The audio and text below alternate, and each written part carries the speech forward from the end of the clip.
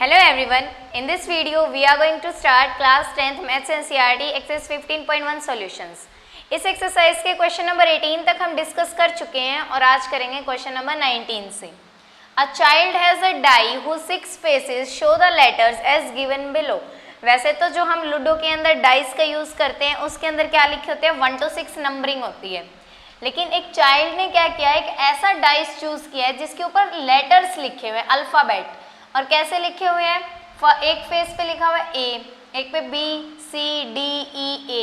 यहाँ पे देखो बाकी सारे लेटर्स सिंगल टाइम है, बट ए जो है उसके ऊपर 2 बार लिखा हुआ है, यानी 2 फेस के ऊपर उसमें क्या लिखा हुआ है, ए लिखा हुआ है। तो हमसे पूछा है the die is thrown at once, अगर हम उस डाई को थ्रो करते हैं सिर्फ एक बार, तो what is the probability of getting A and second D. तो प्रोबेबिलिटी बतानी है ए की और डी की। अब प्रोबेबिलिटी बताने के लिए हम क्या करते हैं, फेवरेबल आउटकम्स अपॉन में टोटल आउटकम्स। तो इसके लिए हमें फर्स्ट केस लेते हैं, यानी ए का। ए के केस में हमारे पास फेवरेबल आउटकम्स कितने हैं, हम चाहते हैं कि हमारे पास ए आ जाए। जब हम डाइस को थ्रो करें तो हम चाहते हैं कि हमारे पास ए आए। तो ए कितनी बार आता है, 1 2, यानी 2 बार है ए, तो हमारे फेवरेबल आउटकम्स कितने हो जाएंगे, 2। और टोटल आउटकम्स कितने हैं, टोटल आउटकम्स, आउटकम्स का मतलब होता है कि क्या क्या पॉसिबिलिटी की कौन कौन से नंबर आ सकते हैं, ये होता है आउटकम्स। तो यहाँ पे टोटल कितने हैं, ये 3 4 5 6, टोटल कितने हैं 6। तो यहाँ से प्रोबेबिलिटी ऑफ ए कितनी हो जाएगी, फेवरेबल अपॉन टोटल, और कैंसिल होके कितना हो जाएगा 1/3। ठीक है, ऐसे ही सेकंड पार्ट है। सेकंड पार्ट के अंदर पूछा है कि डी की प्रोबेबिलिटी, तो डी के लिए फेवरेबल आउटकम्स कितने हो जाएंगे। अब डी कितनी बार है, देखो डी सिर्फ एक बार है, तो फेवरेबल आउटकम्स कितने हैं 1, और टोटल आउटकम्स तो सेम है, टोटल आउटकम्स कितने हैं 6। तो यहाँ से प्रोबेबिलिटी ऑफ डी कितनी हो जाएगी, फेवरेबल अपॉन टोटल, यानी कि 1/6। ठीक है, अब देखते हैं question number 20। Suppose you drop a die at random on the rectangular region as shown in figure, यानी हमारे पास ही कोई रेक्टेंगुलर रीजन बना हुआ है और हम डाइस को इस रीजन के अंदर थ्रो कर देते हैं। तो डाइस को इस रीजन के अंदर थ्रो करेंगे तो वो कहीं ना कहीं इस रेक्टेंगल के एरिया के अंदर जाके गिरेगा। ये आपको ध्यान से सुनना है, मैं क्या कह रही हूँ कि रेक्टेंगल के एरिया के अंदर जाके गिरेगा। तो आगे क्या है, what is the probability that it will land inside the circle with diameter 1 metre. तो प्रोबेबिलिटी बताओ कि जो हम डाइस फेंकेंगे वो इस सर्कुलर एरिया के अंदर गिरे। इस सर्कुलर एरिया के अंदर गिरने की उसकी क्या प्रोबेबिलिटी है कि वो इस सर्कल में कहीं भी गिरे, यानी सर्कुलर रीजन में कहीं भी गिरे, यानी कि सर्कुलर एरिया में कहीं भी गिरे। और इसका हमें डायमीटर भी गिवन है, डायमीटर कितना दे रखा है इसका 1 मीटर। तो यहाँ पे देखो प्रोबेबिलिटी की डेफिनेशन थोड़ी चेंज हो जाएगी। कैसे, वैसे तो हम करते हैं प्रोबेबिलिटी क्या होती है, फेवरेबल आउटकम्स अपॉन में टोटल आउटकम्स, लेकिन यहाँ पे फेवरेबल क्या है, यहाँ पे फेवरेबल एरिया, क्योंकि हम कह रहे हैं कि वो डाइस जो है इस सर्कुलर एरिया में गिरे, इसकी क्या प्रोबेबिलिटी है। और यहाँ पे जो हम रेक्टेंगल ले रहे हैं, यहाँ पे हम ये कह रहे हैं ना कि रेक्टेंगल में हमने उसको थ्रो किया है, यानी कि वो रेक्टेंगुलर रीजन में कहीं जाके गिरा, यानी कि रेक्टेंगुलर एरिया में कहीं जाके गिरा। तो यहाँ पे जो प्रोबेबिलिटी की डेफिनेशन होगी वो क्या हो जाएगी, फेवरेबल एरिया अपॉन में टोटल एरिया। क्योंकि हम यहाँ पे किसकी बात कर रहे हैं, हम सर्कल की बात कर रहे हैं। इसका क्या मतलब है कि हम उस सर्कल के एरिया की बात कर रहे हैं, तो पहले हमें एरिया निकालना पड़ेगा। अब यहाँ से हमारा जो फेवरेबल एरिया है, फेवरेबल एरिया किसका है, हम क्या चाहते हैं कि वो सर्कल के अंदर गिरे, तो यानी फेवरेबल एरिया सर्कल का एरिया क्या होता है, πr², pi as it is. अब रेडियस कितनी हो जाएगी, 1 मीटर है तो मीटर का हाफ कर देंगे, क्योंकि ये मीटर क्या है इसका डायामीटर, और रेडियस क्या हो जाएगी इसकी हाफ, तो 1/2। तो यहाँ से इसका क्या करना है हमें, स्क्वायर, तो ये क्या आ जाएगा पाई इंटू 1/4, तो लिख सकते हैं π/4 मीटर स्क्वायर, ये सर्कल का एरिया यानी हमारा जो फेवरेबल एरिया। अब टोटल एरिया कौन सा चाहिए हमें? टोटल एरिया क्या है? इस पूरे रेक्टेंगल का एरिया, और रेक्टेंगल का एरिया क्या होता है? लेंथ इंटू ब्रेथ, और लेंथ हमें गिवन है 3 मीटर, ब्रेथ हमें गिवन है 2 मीटर, तो यानी 3 into 2, 3 2 6 metre square.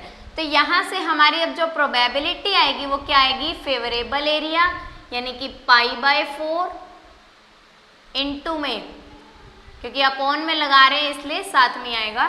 Total area कितना है? 6, तो ये कितना आ जाएगा? π/24। अब यहाँ पे देखो हमने यूनिट नहीं लगाई मीटर स्क्वायर, क्योंकि मीटर स्क्वायर से मीटर स्क्वायर कैंसिल हो जाता है, डिवाइड में है, इसलिए हमारी प्रोबेबिलिटी क्या आ गई? π/24। अब यहाँ पे आप पाई की वैल्यू पुट करो या ना करो उसकी कोई नीड नहीं है, क्योंकि हमें सिर्फ प्रोबेबिलिटी बताने से मतलब है, हम यहाँ इसका एरिया दिखाने से कुछ नहीं है। अच्छा, क्वेश्चन नंबर 21 देखते हैं अब। A lot of 144 ball pens of which 20 are defective and the others are good. हमारे पास टोटल पेन्स कितने हैं? हमारे पास बॉल पेन हैं, कितने हैं टोटल? 144। उनमें से 20 जो है वो है डिफेक्टिव। इन पेन के अंदर से ही जो 20 पेन्स हैं वो कैसे हैं? डिफेक्टिव हैं, और बाकी जितने पेन बच गए वो कैसे हैं? गुड कंडीशन में हैं।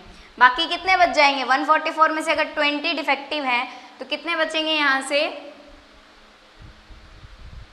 124। ये कैसे हैं? गुड। ठीक है, अब हमसे पूछा है Noori will buy a pen if it is good but will not buy a pen if it is defective.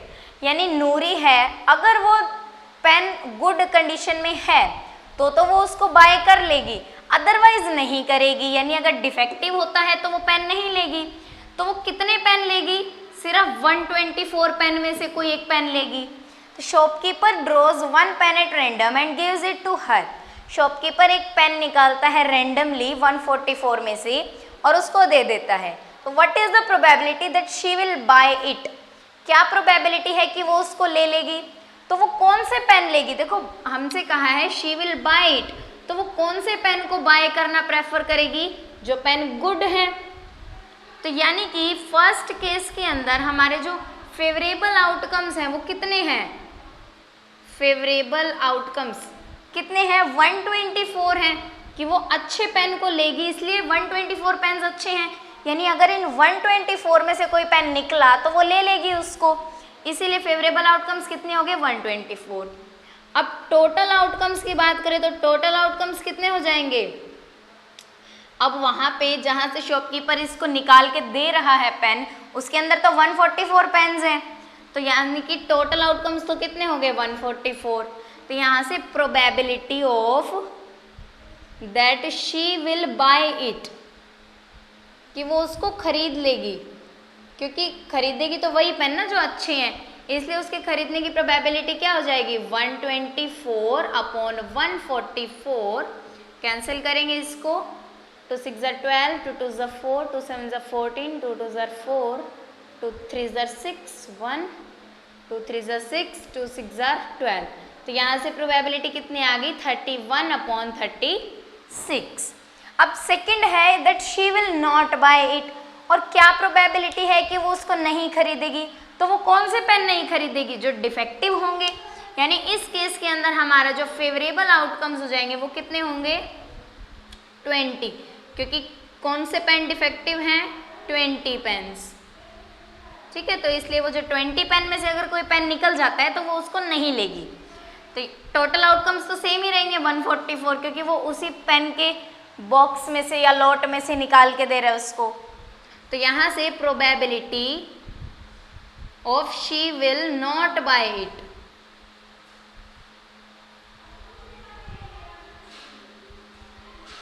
ना बाय करने की प्रोबेबिलिटी कितनी हो जाएगी?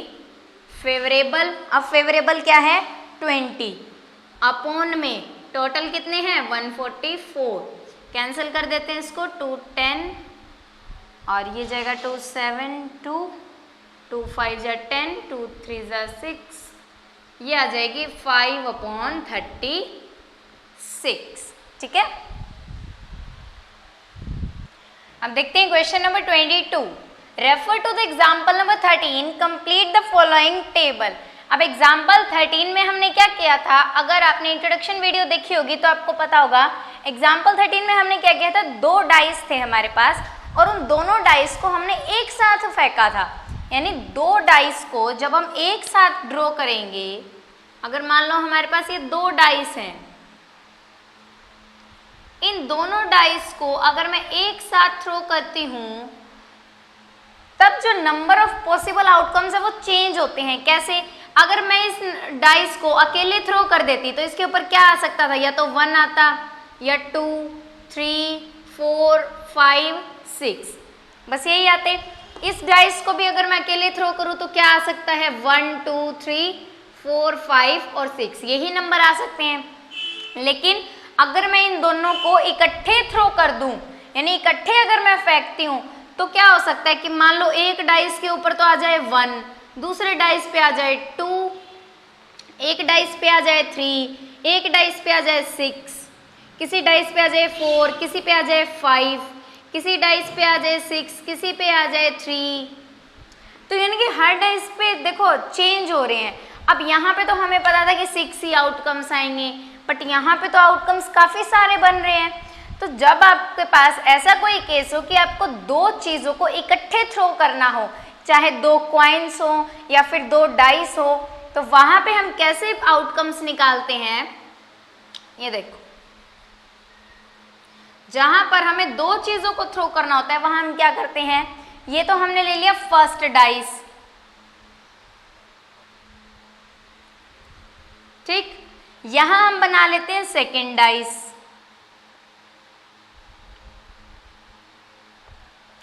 अब हमें पता करना है कि इसके टोटल आउटकम्स कितने होते हैं, 6। इस डाइस के टोटल आउटकम्स कितने होते हैं, 6। जब हम इनको इकट्ठे थ्रो करेंगे तब हमारे पास टोटल आउटकम्स कितने आएंगे, टोटल नंबर ऑफ आउटकम्स कितने आएंगे। मैंने ये आपको इंट्रोडक्शन वीडियो में बहुत अच्छे से एक्सप्लेन किया है, आप वहां जाके भी देख सकते हो और बाकी मैं यहाँ भी एक्सप्लेन कर रही हूँ। तो टोटल नंबर ऑफ आउटकम्स कितने आएंगे, 6 × 6। आपको जब भी 2 चीज़ों इकट्ठे जब दे रखी होती कि इकट्ठे थ्रो कर रहे हैं और उनके अगर आपको टोटल आउटकम्स निकालने हैं तो क्या करोगे, फर्स्ट के देख लो कितने हैं टोटल आउटकम्स, सेकंड के देख लो और दोनों को मल्टीप्लाई कर दो तो कितने बन जाएंगे, 36। ठीक है। अब हमारे पास टोटल आउटकम है। अब क्वेश्चन में क्या पूछा है, सम ऑन 2 डाइस प्रोबेबिलिटी, यानी हमें दे रखा है कि मान लो इसके ऊपर आता है 1, हमने दोनों को इकट्ठे थ्रो कर दिया, इसके ऊपर आ गया मान लो 1, इसके ऊपर दूसरे पे भी 1 आ गया, तो अगर हम 1 + 1 करेंगे तो कितना बन जाएगा, 2 बन जाएगा। तो यही यहाँ पे कहा है कि 2 डाइस के ऊपर जो भी आउटकम आ रहे हैं, ये ऐसे लगा लो कि फर्स्ट पार्ट है कि हमें प्रोबेबिलिटी बताओ कि उनका जो सम होगा, डाइस के ऊपर जो नंबर लिखे हुए आएंगे उनका जो सम होगा वो 2 होगा, तो इसकी क्या प्रोबेबिलिटी है। तो इसके लिए तो हमें पता होना चाहिए ना कि कितनी बार इसके ऊपर ऐसा नंबर आ रहे हैं जिनका सम 2 हो। तो कैसे निकालेंगे, पहले हमें पॉसिबल आउटकम्स पता होनी चाहिए कि क्या क्या आ सकते हैं। तो 6 के 6 आउटकम्स लिखो, क्या होते हैं 6, 1 2 3 4 5 और 6, और इस डाइस के भी यही आउटकम्स होंगे 1 2 3 4 5 एंड 6। अब क्या करना है आपको, यहाँ से 1, ऊपर से भी 1, यहाँ से 1, ऊपर से 2, इधर से 1, ऊपर से 3, यहाँ से 1, ऊपर से 4, फिर 1 5 1 6। ठीक है। अब यहाँ पे क्या होगा, इधर से क्या है 2, ऊपर से देखो 1, यहाँ से है 2, ऊपर से 2, ऐसे ही 2 3 2 4 2 5 2 6, फिर क्या बनेगा 3 1, ऐसे ही 4 1 5 1 और फिर 6 1, सेम ऐसे ही 3 2, 4 2, 5 2, 6 2। यहाँ पे 4, यहाँ से क्या है 3 3 3, 4 3, 5 3 और यहाँ 6 3। ठीक है, यहाँ पे क्या बनेगा 3 4, 4 4, 5 4 और ये 6 4। ऐसे ही यहाँ पे 3 5, 4 5, 5 5, 6 5। यहाँ क्या बन जाएगा 6 6, 3 6, 4 6, 5 6, 6 6। ठीक है ना, तो ये हमारे पास क्या हो सकते हैं पॉसिबल आउटकम्स, कि इस डाइस पे 1 आ जाए, इस डाइस पे भी 1 आ जाए, या ऐसा हो सकता है कि इस डाइस पे 2 आ जाए, इस डाइस पे 1 आ जाए। तो ये हमारे पास क्या हो गए टोटल पॉसिबल आउटकम्स। अगर इनको भी काउंट करोगे तो भी ये कितने बनेंगे 36 बनेंगे। अब फर्स्ट पार्ट में देखो हमसे कहा है कि उस डाइस के ऊपर जो नंबर्स आए उनका सम कितना होना चाहिए 2 होना चाहिए। तो यहाँ पे हम देखते हैं, देखो डाइस के ऊपर पहले आता है 1 1, तो 1 + 1 करेंगे 2 आ जाएगा, 2 + 1 करेंगे 3, 2 + 1 3, यानी बाकी तो बढ़ते ही जाएंगे, 2 + 2 4। तो 1 2 का सम कहाँ पे आ रहा है सिर्फ 1 आउटकम से, सिर्फ यहाँ पे क्या आ रहा है हमारे पास 2 का सम आ रहा है, और इसीलिए यहाँ प्रोबेबिलिटी कितनी बन गई 1/36, क्योंकि टोटल आउटकम्स तो 36 है और फेवरेबल कितना है सिर्फ 1 आउटकम। ठीक है, इस पूरे को हमने 1 काउंट करना है क्योंकि हम दोनों को इकट्ठे थ्रो कर रहे हैं। अच्छा नेक्स्ट देखो 3, कि जो उसके ऊपर सम आएगा उसका सम कितना होगा नंबर्स का 3 होगा। तो 3 के लिए देखो 2 + 1 3 होता है, ये भी 3, 1 + 2 भी 3 और 2 + 1 भी 3। तो हमारे पास आउटकम्स कितने बन गए 1 2। बाकी अगर हम 3 + 1 करेंगे तो 4 आएगा, 2 + 2 4, 3 + 1 4। ठीक है, तो यानी 3 कहाँ से आ रहा है हमारे पास, 3 का सम कहाँ पे मिल रहा है सिर्फ 2 जगह, यानी फेवरेबल आउटकम्स कितने हो जाएंगे 2, टोटल आउटकम्स कितने हैं 36। अब ये कैंसिल हो रहे हैं, 2 1 = 2, 2 1 = 2, 2 8 = 16, तो ये कितना बन जाएगा 1/18। तो हम यहाँ क्या लिख सकते हैं 1/18। ठीक है, अब फोर्थ में देखो यहाँ पे क्या दिए कि सम आना चाहिए 4, उन सभी नंबर्स का जो डाइस के ऊपर है उनका सम 4 आना चाहिए। तो 4 के लिए कौन कौन होगा 1 + 3 4 होता है, 2 + 2 4 होता है और 3 + 1 4 होता है। बाकी आप इन नंबर्स का करोगे तो सम आएगा 5। तो 4 के लिए कितने हो जाएंगे 1 2 और 3, तो यानी favourable outcomes 3, total outcomes 36, cancel होके 3 1 = 3, 3 1 = 3, 3 2 = 6, तो कितना आ जाएगा 1/12 आ जाएगा। ठीक है, ऐसे हमें ये पूरी टेबल कंप्लीट करनी है। अब 5 के लिए क्या देखोगे 5 आना चाहिए, तो 1 + 4 5 होता है, 2 + 3 5 होगा, 3 + 2 5 होता है और 4 + 1 भी 5 होता है। तो 1 2 3 4, तो फेवरेबल आउटकम्स कितने हैं 4, टोटल आउटकम्स कितने हैं 36, तो कैंसिल हो रहा है, 4 1 = 4, 4 9 = 36, तो यहाँ से कितनी आ रही है प्रोबेबिलिटी 1/9। ठीक है, अब 6 के लिए देखो कि जो सम है वो 6 हो, तो 6 के लिए क्या होगा 5 + 1 6, 2 + 4 का 6, 3 + 3 6, 4 + 2 6 और 5 + 1 करेंगे तो 6, तो कितने आउटकम्स हो गए 1 2 3 4 5, तो ये आ जाएगा 5/36। अब ऐसे 7 के लिए 6 + 1 7, 5 + 2 7, 3 + 4 7, 4 + 3 भी 7, 5 + 2 7 और 6 प्लस 1 भी 7। तो कितने आउटकम्स हो गए 1 2 3 4 5 6। फेवरेबल आउटकम्स कितने हो गए 6, टोटल आउटकम्स 36, कैंसिल हो रहा है 6 1 जा 6, 6 6 जा 36, तो 1/6 आ गया। 8 के लिए हमें गिवन है। अब आए 9, तो 9 का सम कैसे आएगा। अब देखो 8 के लिए हमें गिवन है, हमारा पैटर्न आपको समझ में आ गया और कैसे चल रहा है, हम इस तरीके से चलते जा रहे हैं, ये पैटर्न बन रहा है। तो अब 8 के लिए क्या है, 8 के लिए कौन सा बनेगा, ये 6 प्लस 2 5 प्लस 3 4 प्लस 4, आगे 5 प्लस 3 और 6 प्लस 2, ये बन जाएगा। अब हमें बताना है 9 के लिए, क्योंकि 8 के लिए तो ऑलरेडी लिखा हुआ है, ये इसलिए लिख दिया ताकि आपको आसानी हो देखने में।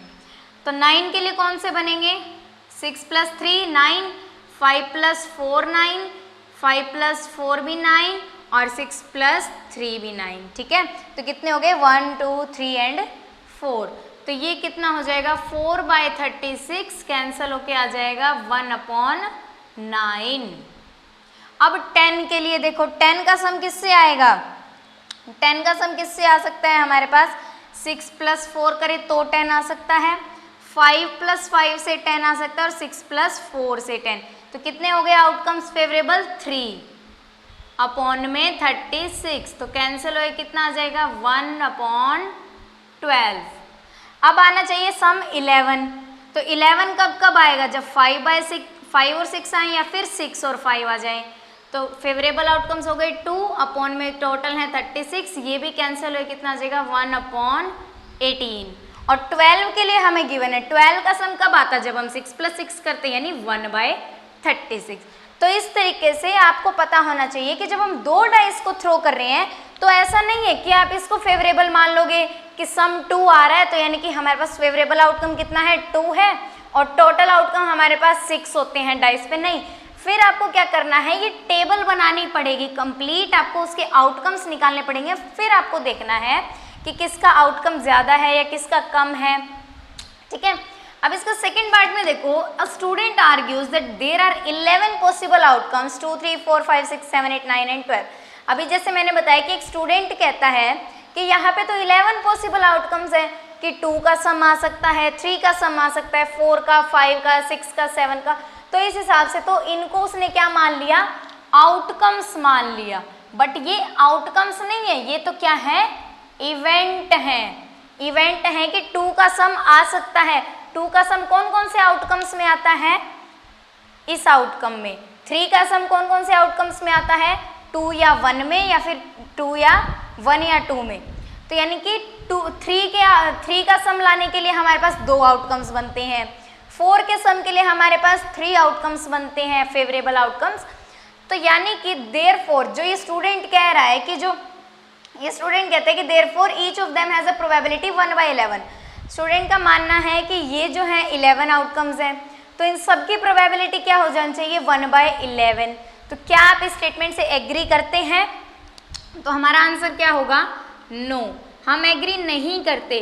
क्यों नहीं कर रहे, क्योंकि because the sum of numbers is not equally likely। Equally likely थोड़ी है, इसने तो कह दिया कि सभी की प्रोबेबिलिटी क्या होगी 1/11 होगी, यानी कि इक्वली लाइकली यानी सेम होगी। तो सबके आने की प्रोबेबिलिटी सेम तो नहीं है। अब देखो 2 के आने की प्रोबेबिलिटी क्या थी 1/36, 3 की 1/18, 4 की 1/12, 5 की 1/9। यहाँ इक्वली लाइकली तो नहीं आ रहा, तो यानी ये जो सम है, जो नंबर्स का जो हमें सम गिवन है 2 3 4, ये क्या है, नॉट इक्वली लाइकली। तो इसलिए ये स्टूडेंट जो स्टेटमेंट कह रहा है वो क्या हो जाती है, रॉन्ग हो जाती है। तो इस तरीके से हमारा हो गया क्वेश्चन नंबर 22। तो अब देखते हैं question number 23। A game consist of tossing a 1 rupee coin 3 times and noting its outcomes each time. यानी कि एक कॉइन को हमने 3 बार टॉस किया है। वैसे तो गेम में हम क्या करते हैं, सिर्फ एक बार टॉस करते हैं, बट यहाँ पे क्या किया है, 3 बार टॉस किया। एक कॉइन को 3 बार टॉस करेंगे, तो देखो ये एक कॉइन है, ये दूसरा कॉइन और ये तीसरा। मतलब कि फर्स्ट टाइम जब इस कॉइन को टॉस करेंगे तो हमारे पास क्या आ सकता है, हेड या टेल। सेकेंड टाइम टॉस करेंगे तो भी हेड या टेल में से कुछ भी आ सकता है। थर्ड टाइम भी टॉस करेंगे तो भी हेड या टेल में से कुछ भी आ सकता है।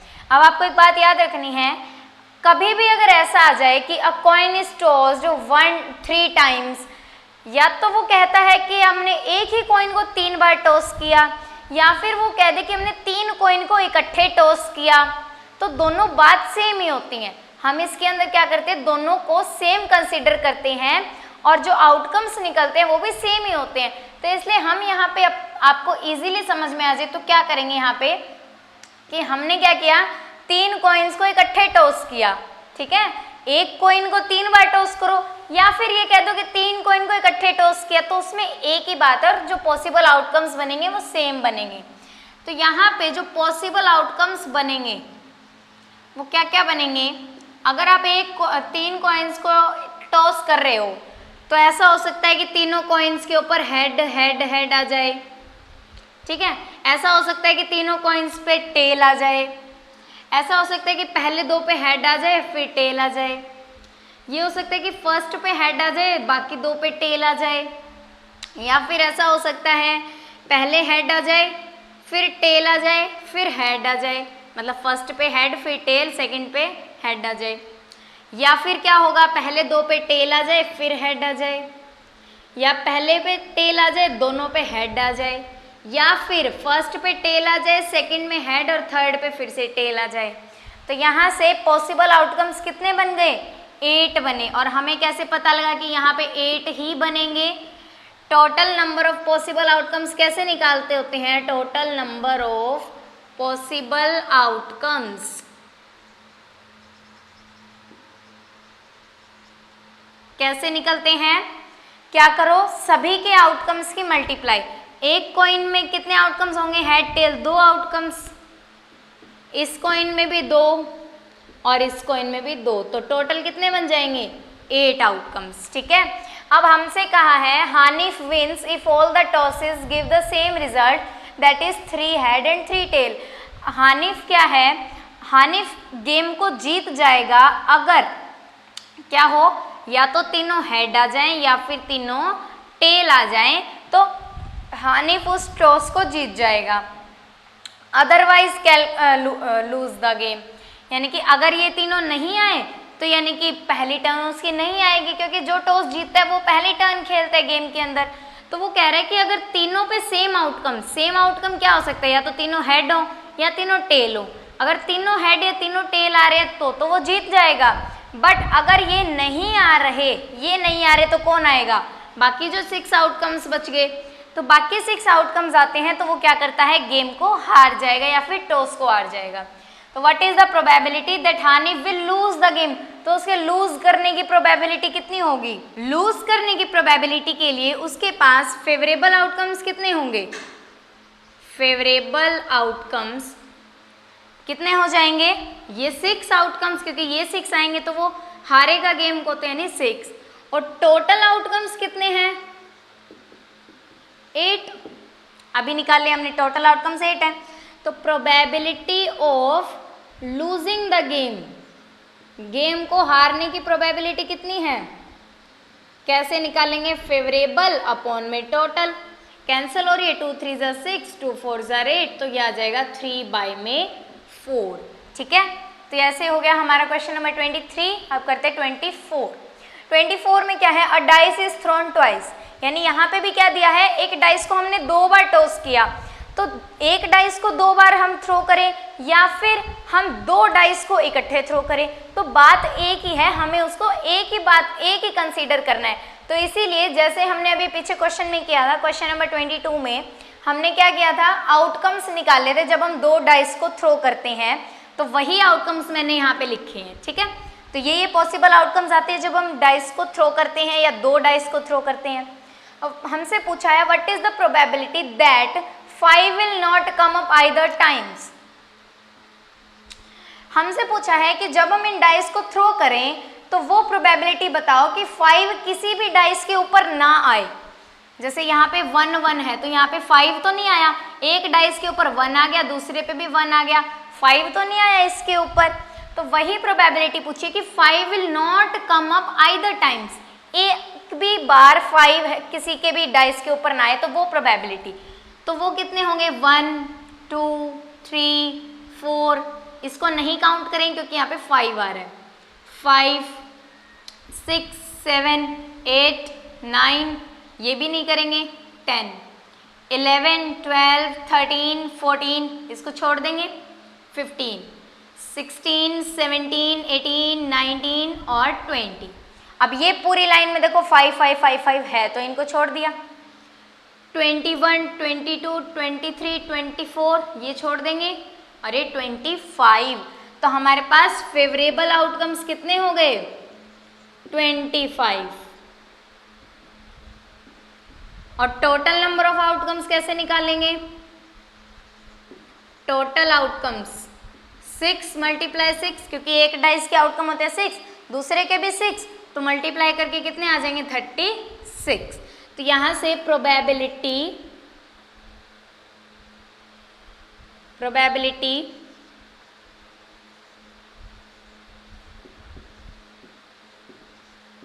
that 5 will not come up either times कितनी हो जाएगी, फेवरेबल अपॉन टोटल, फेवरेबल कितनी है 25, टोटल कितनी है 36, तो ये हमारी क्या हो जाएगी प्रोबेबिलिटी फर्स्ट केस में। अब सेकंड केस देखो क्या है, 5 will come up at least once, अब हमें क्या दे दिया उल्टा कि कम से कम एक 5 तो ऊपर आना ही चाहिए, दोनों डाइस में से कम एक बार तो आना ही चाहिए, 2 बार आ जाए वो ठीक है, बट कम से कम एक पे तो आए, तो वो कौन कौन से होंगे, जो हमने छोड़ दिए थे वही, एक तो ये, फिर इसके ऊपर है 5, यहाँ भी 5 है, यहाँ पे भी, और यहाँ पे देखो 2 बार है 5, तो हमें 2 बार वाले 5 को भी लेना है, क्यों, क्योंकि उसने कहा कम से कम एक बार तो आए, ज्यादा बार चाहे आए या ना आए बट कम से कम एक बार आए, तो एक बार तो यहाँ पे भी आ रहा है, भले ही वो ज्यादा टाइम्स आ रहा है बट एक बार की बात तो है ना। फिर ये ठीक, यहाँ पे 5 है, तो कितने आउटकम्स हो गए ये 1 2 3 4 5 6 7 8 9 10 11, तो इस केस में हमारे पास फेवरेबल आउटकम्स कितने बने 11, और टोटल आउटकम्स तो सेम ही रहेंगे 36, तो यहाँ पे प्रोबेबिलिटी कितनी हो जाएगी फेवरेबल अपॉन टोटल, टोटल कितने हैं 36, यानी कि 5 will come up at least once, इसकी प्रोबेबिलिटी क्या है 11 बाय में 36 है, ठीक है। और ये जो डाइस वाले क्वेश्चन है मोस्ट इंपॉर्टेंट क्वेश्चन है, मेनली जो क्वेश्चन आते हैं वो इन्हीं में से आते हैं, तो आपको ये आउटकम्स बनाने आने चाहिए, अगर आप ये आउटकम्स बना लेते हो उसके बाद सारा सम आपको इनको देख के करना है, ठीक है। तो आप इसको ध्यान से समझ लें या फिर आप नोट भी कर सकते हैं इसको। चलिए अब देखते हैं इस एक्सरसाइज का last question, question number 25, which of the following arguments are correct and which are not correct, give reason for your answer. हमें 2 स्टेटमेंट गिवन है और बताना है कि इनमें से कौन सी करेक्ट है और कौन सी इनकरेक्ट, साथ में रीजन भी देना है।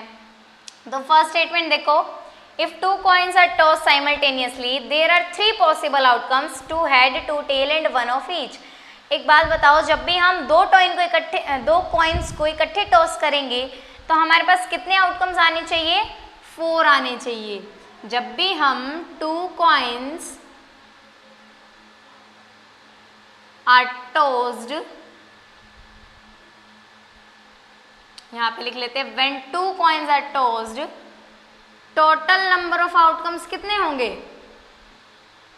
कैसे निकालते हैं टोटल नंबर ऑफ आउटकम्स, हम क्या करते हैं फर्स्ट कॉइन में कितने आउटकम्स आ सकते हैं हेड या टेल, यानी कि 2 आउटकम, सेकंड कॉइन में भी कितने आउटकम्स हो सकते हैं हेड या टेल यानी 2, और इनको आपस में क्या कर देते हैं मल्टीप्लाई, तो कितने हो गए आउटकम 4, और ये 4 आउटकम्स कौन कौन से होते हैं, या तो हेड हेड आएगा या फिर टेल टेल, या फिर दोनों के ऊपर क्या आ सकता है, एक पे हेड एक पे टेल, या फिर दूसरे पे टेल इस पे हेड। इन्होंने क्या किया, इन्होंने 2 हेड तो दे दिया 2 टेल भी दे दिया, लेकिन जो थर्ड आउटकम है कह दिया कि 1 of the 2, यानी कि इन्होंने कहा कि दोनों अलग अलग, बट इन्होंने क्या कर रखा है यहाँ पे जो क्वेश्चन में क्या किया, हेड और टेल और हेड को इकट्ठा कंसीडर कर लिया कि हेड टेल, टेल हेड का तो एक ही मतलब है कि एक पे टेल आ जाए, एक पे हेड आ जाए, एक पे हेड आ जाए, टेल आ जाए, बट नहीं, ये दोनों को हम अलग अलग कंसीडर करते हैं। और अगर हम देखें ईच आउटकम की प्रोबेबिलिटी कितनी होगी, ईच आउटकम की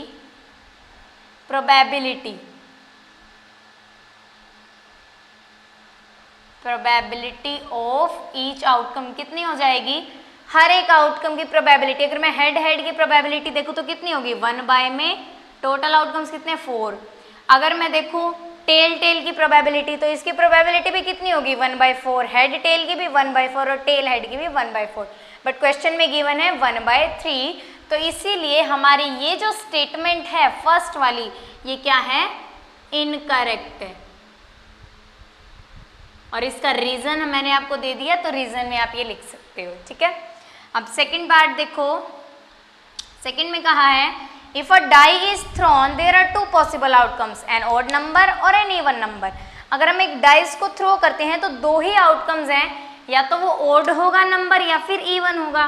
तो ये सही है क्योंकि जब हम डाइस को थ्रो करेंगे तो वहां पे कौन कौन से नंबर आ सकते हैं, 1 2 3 4 5 6 ये नंबर आ सकते हैं। और यहाँ पे जो ये 1 2 3 4 5 6 नंबर है, या तो ये नंबर ओड होंगे, मान लो अगर यहाँ पे 1 3 5 ये क्या है, ओड हैं, और 2 4 6 ये क्या है, इवन है। तो या तो इनमें से कोई जो भी नंबर अगर हम डाइस को थ्रो कर रहे हैं तो या तो कोई ओड नंबर आएगा या फिर कोई इवन नंबर आएगा। ऐसा तो नहीं है कि कोई तीसरा ही टाइप का नंबर आ जाएगा, नहीं, या तो ओड आएगा या इवन आएगा। तो यहाँ पे ये स्टेटमेंट सही है। और अगर हम प्रोबेबिलिटी भी निकालते हैं, जैसे ओड नंबर की प्रोबेबिलिटी दे रखी है 1/2, तो ओड नंबर कितने हैं 1 2 3 और टोटल आउटकम्स कितने हैं 6, तो ये कैंसिल हो, ये कितनी आ रही है 1/2 ही आ रही है ओड नंबर्स की प्रोबेबिलिटी।